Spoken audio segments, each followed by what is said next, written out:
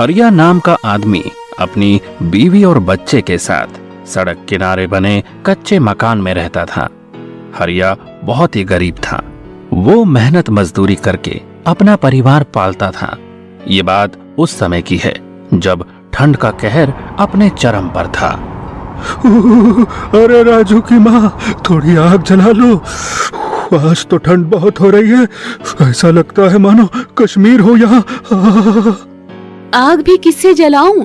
घर में लकड़ी का एक डंडा भी नहीं बचा है। अरे भाग्यवान, कल ही बता देती तो मैं कुछ लकड़ियाँ बीन लाता कहीं से। अब इस ठंड में कहाँ जाऊँ मैं? आप यहाँ राजू का ख्याल रखना, मैं कुछ लकड़ियाँ लेकर आती हूँ।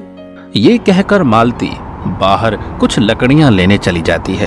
ठंड की सर्द हवाएं मालती को कपा रही थी। जैसे तैसे वो कुछ लकड़ियों को इकट्ठा कर पाती है और लेकर आती है कि तभी एक गाड़ी पीछे से उसे ठोकर मार देती है, जिससे कि उसकी कुछ लकड़ियां नाली में जा गिरती हैं। अरे कौन है जिसे ठंड में मरने की जल्दी पड़ी है, हैं?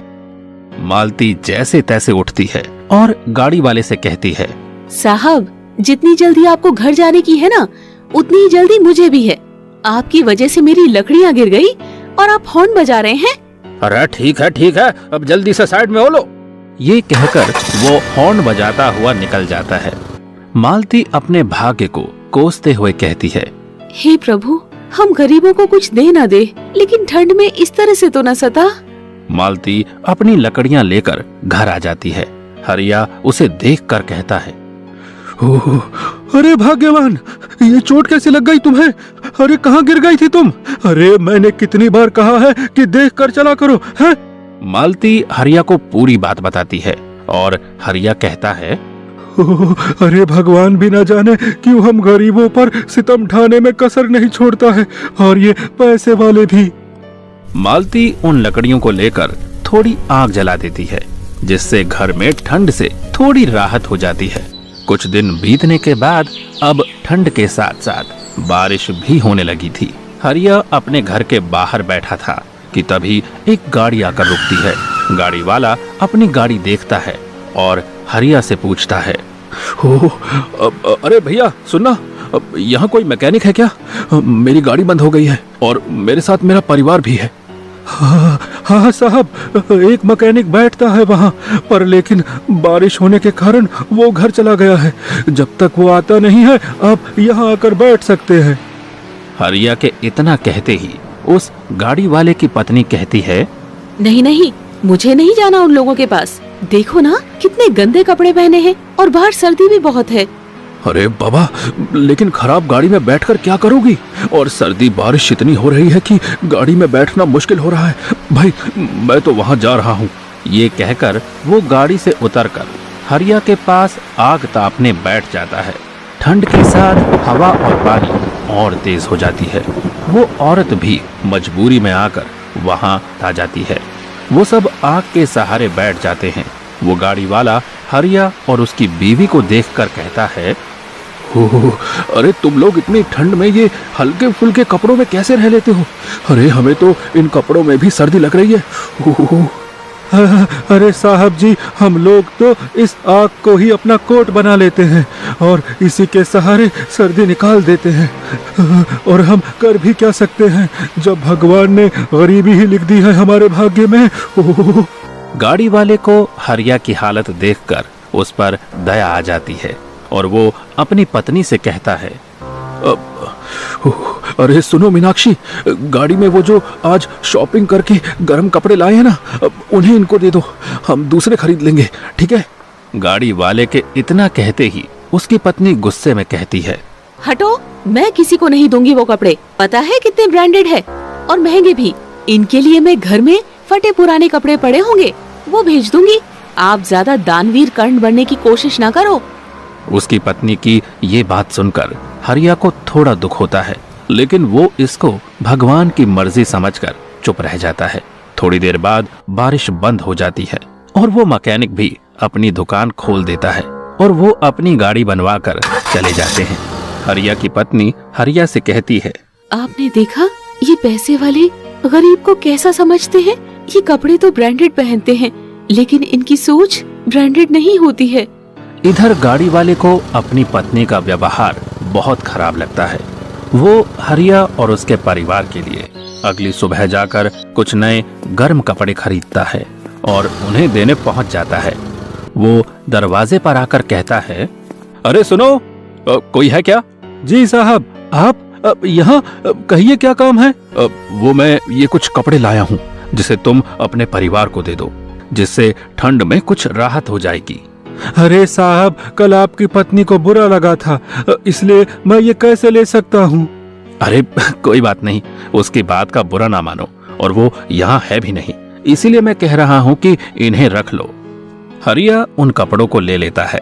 हरिया की पत्नी और बच्चा बहुत खुश हो जाते हैं, लेकिन उनकी ये खुशी चंद मिनटों बाद बेइज्जती में बदल जाती है, क्योंकि उस सेठ की पत्नी हरिया के घर आ जाती है और गुस्से में कहती है, अच्छा, तो मेरे पीछे से ये गुल खिलाए जा रहे हैं। मैं तुम्हें पैसे इसीलिए नहीं देती हूँ कि तुम इन भूखे नंगों में बांटते फिरो। इधर लाओ ये कपड़े।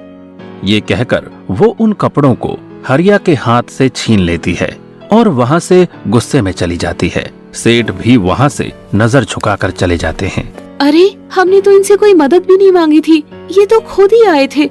लेकिन सेठानी जी ने तो हमें बिना बात के ही उल्टा सीधा सुना दिया। हमारी क्या गलती थी इसमें? अरे मालती, कोई बात नहीं, ये पैसे वाले ऐसे ही होते हैं। गरीब को देने में इनका धन खाली हो जाता है। तुम इनकी चिंता ना करो। हाँ, मालती हरिया की बात समझ जाती है और वो फिर से अपने काम काज में लग जाती है। ऐसे ही दिन बीतते रहे। एक दिन की बात है, घना कोहरा छाया हुआ था, ठंड भी चरम पर थी। वही गाड़ी वाला अपनी पत्नी के साथ कहीं जा रहा था। गाड़ी उनकी पत्नी चला रही थी। घना कोहरा होने के कारण उनकी गाड़ी का एक्सीडेंट हो जाता है और वो घायल होकर बेहोश हो जाते हैं। अरे मालती, देखो, ये वही सेठ जी है ना? अरे, जिन्होंने आकर हमें नए कपड़े दिए थे। लगता है उनकी गाड़ी का एक्सीडेंट हुआ है। चलो चलो, चल के हमें कुछ मदद करनी चाहिए। आओ मेरे साथ। रहने दो, हमें क्या पड़ी है उनकी मदद करने की? हमने अगर उन्हें छुआ भी ना तो हमें उल्टा सीधा कहेंगी। अरे कैसी बातें कर रही हो मालती? मुसीबत के समय में हर इंसान की मदद करनी चाहिए। आओ, जल्दी आओ। हरिया उनकी मदद करने के लिए जाता है। कुछ लोग उनकी गाड़ी के पास खड़े थे जो मोबाइल से उनकी वीडियो बना रहे थे, लेकिन उनकी मदद कोई नहीं कर रहा था। ये देखकर हरिया कहता है, अरे आप लोग मदद करने की बजाय मोबाइल से फोटो ले रहे हैं। अरे आजकल इंसानियत तो किसी में नहीं रही है। हाँ, ये कहकर हरिया उन्हें अपने घर ले आता है और पास के किसी डॉक्टर से उनकी पट्टी करा देता है। थोड़ी देर बाद उन्हें होश आता है और मीनाक्षी अपने आप को उस हरिया के बिस्तर पर देख भड़क उठती है और कहती है, छी, मुझे यहाँ कौन लेकर आया इस गंदी जगह में? और ये बार बार तुम हम लोगों के पीछे क्यों पड़े रहते हो? अरे मेम साहब, आपको चोट लगी है। आपकी गाड़ी का एक्सीडेंट हो गया था, इसलिए मजबूरी में मुझे आपको यहाँ लाना पड़ा, क्योंकि बड़े अस्पताल का खर्चा मैं नहीं उठा सकता था। तभी डॉक्टर साहब बोल पड़ते हैं, देखिए मैडम जी, अगर ये आपको नहीं लाता तो आपको बचाना किसी डॉक्टर के बस में नहीं था, क्योंकि इसने समय रहते ही आपके बहते हुए खून पर अपने कपड़े से पट्टी बांध दी थी, जिससे खून नहीं बह पाया और मुझे बुला लिया। आप तो इसका शुक्रिया करने के बजाय इस गरीब को उल्टा सीधा सुना रही हैं। भाई, भलाई का तो जमाना ही नहीं रहा। ये कहकर डॉक्टर साहब अपना बैग लेकर चले जाते हैं। सेठ जी अपनी पत्नी से कहते हैं, मीनाक्षी, जिन लोगों ने हमारी जान बचाई और तुम उन्हें ही उल्टा सीधा कहकर इनकी गरीबी का मजाक उड़ा रही हो। अरे ये गरीब जरूर है, पर हमसे दिल में कहीं ज्यादा अमीर भी हैं। अपनी पत्नी की बात सुनकर मीनाक्षी को अपनी गलती का एहसास हो जाता है। वो उनसे माफी मांग कर कहती है, बहन जी, मुझे माफ कर दो। मुझे नहीं पता था कि आपने ही मेरी जान बचाई है। उल्टा मैंने आपको खरी खोटी भी सुनाई। मैं अपने किए पर बहुत शर्मिंदा हूँ। हरिया और मालती भी मीनाक्षी को माफ कर देते हैं। सेठ जी हरिया और उसके परिवार को गर्म कपड़े देते हैं और हरिया को अपने यहाँ काम पर रख लेते हैं।